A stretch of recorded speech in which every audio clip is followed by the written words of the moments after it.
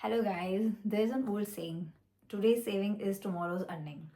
मतलब आज की बचत कल की कमाई होती है।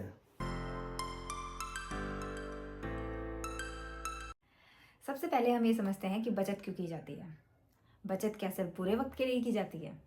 नहीं, हर किसी की लाइफ में हमारे कोई ना कोई ड्रीम्स होते हैं, जैसे कार खरीदना, मकान खरीदना। हमारे पेरेंट्स या ग्रैंड पेरेंट्स सेविंग करने के लिए एफडी एंड आरडी का यूज़ किया करते थे। उस टाइम पे रेट ऑफ इंटरेस्ट भी हाई हुआ करता था। लेकिन अब एफडीज और आरडीज में नॉमिनल रेट ऑफ इंटरेस्ट मिलता है, तो हमें किस में इन्वेस्टमेंट करना चाहिए? Hi guys, we are Tania and Rajat, today we will be talking about mutual funds.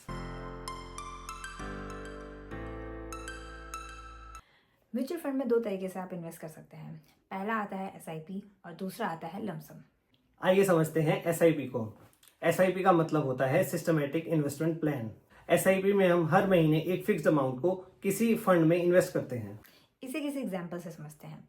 जैसे कि आपने 2000 का अमाउंट मंथली बेसिस पे किसी एक लार्ज कैप फंड में इन्वेस्ट किया है, तो आप 5 साल तक उसमें 1,20,000 के आसपास का इन्वेस्टमेंट करेंगे, जो कि आपको रिटर्न देगा 5 साल बाद लगभग 1,56,000 के आसपास, जो कि एक किसी भी आरडी से बढ़िया और एक बेहतर रिटर्न आपको देता है।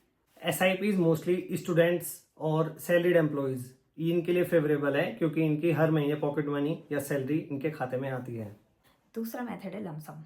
जैसे कि आप नाम से ही समझ रहे हैं, कुछ एक बल्क अमाउंट को कुछ फिक्स टाइम के लिए किसी फंड में इन्वेस्ट किया जाता है। फॉर एन एग्जाम्पल, आप 1,20,000 को 5 साल के लिए किसी म्यूचुअल फंड में इन्वेस्ट करते हैं। Suppose expected annual rate of return 10% है, उस हिसाब से आपको 1,20,000 का 5 साल में 1,93,000 के आसपास मिलेगा, अगेन जो कि हर प्रकार की एफडी से बेटर है।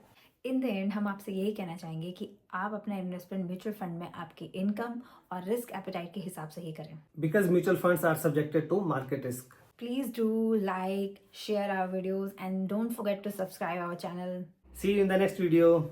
Bye and start investing.